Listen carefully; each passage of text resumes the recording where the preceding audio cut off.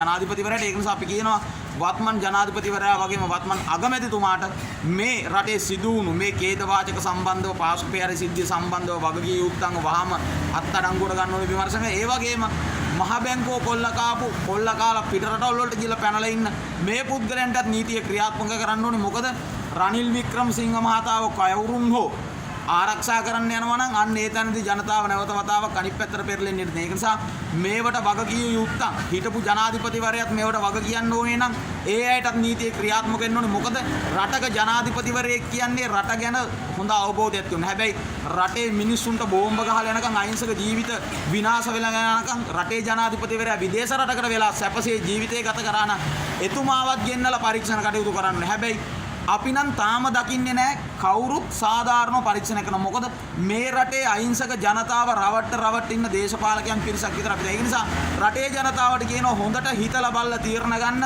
මේ පාර්ලිමේන්තුවට යැවිය යුත්තේ කවුද කියන එක ජනතාව මතයි තීරණය වෙන්නේ. ඒක නිසා හොඳ උගත් බුද්ධිමත් තරුණ පිරිසක් මේ පාර්ලිමේන්තුවට යයිද. මොකද මේ 225 ගත්ම 225ම හොරු. ඒක නිසා අපි හිතනවා රාජිත සේනාරත්න මහත්මයාගේ සෞඛ්‍ය තත්ත්වය දැන් හොඳ තත්ත්වයකට ඇවිල්ලා ඇති කියලා.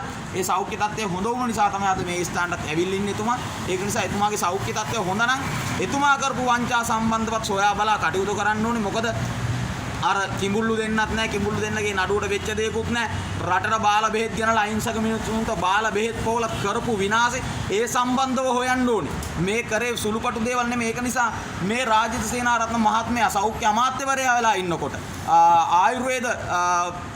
ආයුර්වේදයේ හිටපු ඒ කොමසාරිස්තුමා ගෙන් අහන්න ඕනි ගිහිල්ලා සම්භාහන මධ්‍යස්ථාන වලට අවසර දුන්නේ කොහොමද කියලා. ඒක නිසා ආයුර්වේදයේ නමින් සම්භාහන මධ්‍යස්ථාන පවත්වාගෙන යන රාජිත සේනාරත්න මහත්මයා සමහර දේවල් වලට අවසර දීලා තියෙන ඒවත් ලිපි ලේඛන අපේ ළඟ තියෙන. ඒ නිසා ඒ සම්බන්ධව පරීක්ෂණයක් කරයි කියලා බලාපොරොත්තු අපි මීට ඉහතදීත් අපි මේ සම්බන්ධව කවුරුත් ඒ සම්බන්ධව ක්‍රියාමාර්ග ගත්තේ නැහැ. ඒක නිසා රටේ ජනතාව දැනගත යුතුයි මේ රටේ දේශපාලකයා හැමදාම කරන්නේ රටේ ජනතාව අන්ධ තමන් කෙලින්ම වැංජබෙන එක විතර. ඒක නිසා මේ දිනවල අපිට පේනවා සමහරක් දේශපාලන නායකින් දරුවන්ට පොත දීලා ඒ දරුවාගේ අධ්‍යාපනයේ උගසට අරගෙන දෙමව්පියන්ගෙන් කතිරේ ඉල්ලනවා.